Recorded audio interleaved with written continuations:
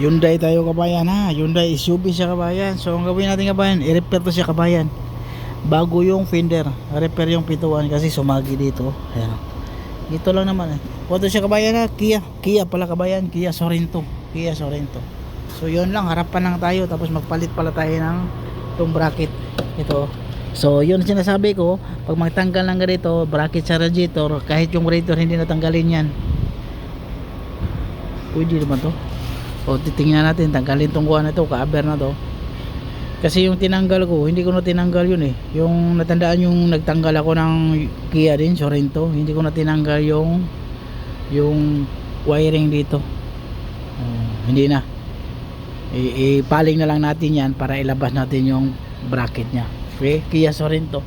So, yan na kabayan, headlight. Ang mahal pala ng headlight nito kabayan, grabe eh. Nasa malapit ng 200,000. Grabing mahal ng headlight, 4,000 Canadian dollar, 4,000 mahigit. Pagkita ko niya yung kabayan ha, grabe.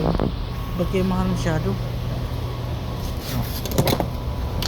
Parang iwan ko, bakit mahal masyado? Ang dami accessories nito, hindi pa dumating yung iba. Ito assembly block niya ito. Tapos tingnan mo, 4,500. Kamatay, kulang na lang ng 20. Kulang na lang ng 20 para maging 200,000. Kaya mahal po niyan. Ba't kaya mahal? Mahal siguro talaga to. So ayun na kabayan, share ko lang sa inyo kabayan. Saglit lang gawin to. Wala pang kalahating oras, 4 na oras tapos na to. Okay, maraming salamat kabayan.